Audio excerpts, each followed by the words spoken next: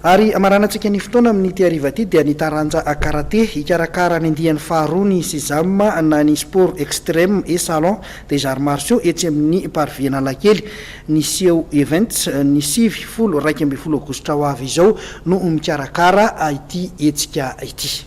Ho fanomezana sehatra ireo mpakafy taranja aiady eto amintsika dia ikarakara ny andian'ny faharoa amin'ny etsika sésame na ny sport extrême et salon des arts martiaux etsy amin'ny parviana lakely ny seo events ny 7 ny 10 ary ny 12 aogositra ho avy izao.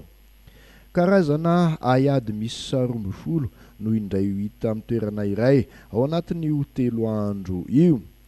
Amin'izany no isin'ny fampisehoana ataon'ireo mpiangaly ny ady tsirairay. Eo ihany koa ny fampianarana sy fampiratiana ary fivarotana ireo fitaovana isan-karazany ilaina amin'ny taranja tsirairay. Anomboka amin'ny 7 ora maraina ka hatramin'ny 9 hariva moa ny hetsika raha ny fantatra. Ankoatra ireo taranja aiady misy 12 ireo dia isy ihany koa ny fampisehoana foot freestyle sy ny fisian'ny parcours.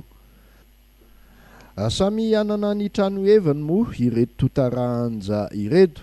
Mandritra ny fandalovan'ny mpitsidika ireo trano eva ireo dia isany koa ny karazana défi ampanaovin'ireo taranja tsirairay ny mpitsidika azy.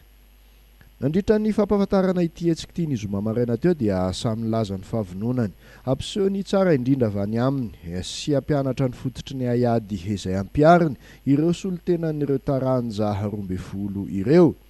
Hetsakilan'izay dia niezaka ny nampafantatra ny mombamomba azy ny seo events ary mampanantena hetsika raitra ho an'ireo izay manana faniriana ho tonga eny Analakely ao anatin'ny fotoana io. Dia iny fanadihadiana iny tompoko lasy tompoko vavy no ametrahako ny veloma mandram-piona ho amin'ny heriny nito izao indray. Sorana betsaka ianao tany tokantrano tany nanaraka ny fandarana mahery hatramin'ny farany. Sorana ihany koa ireo namana teknisianina niarana natosany fandarana tamin'ny tiariva ity. Veloma tompoko.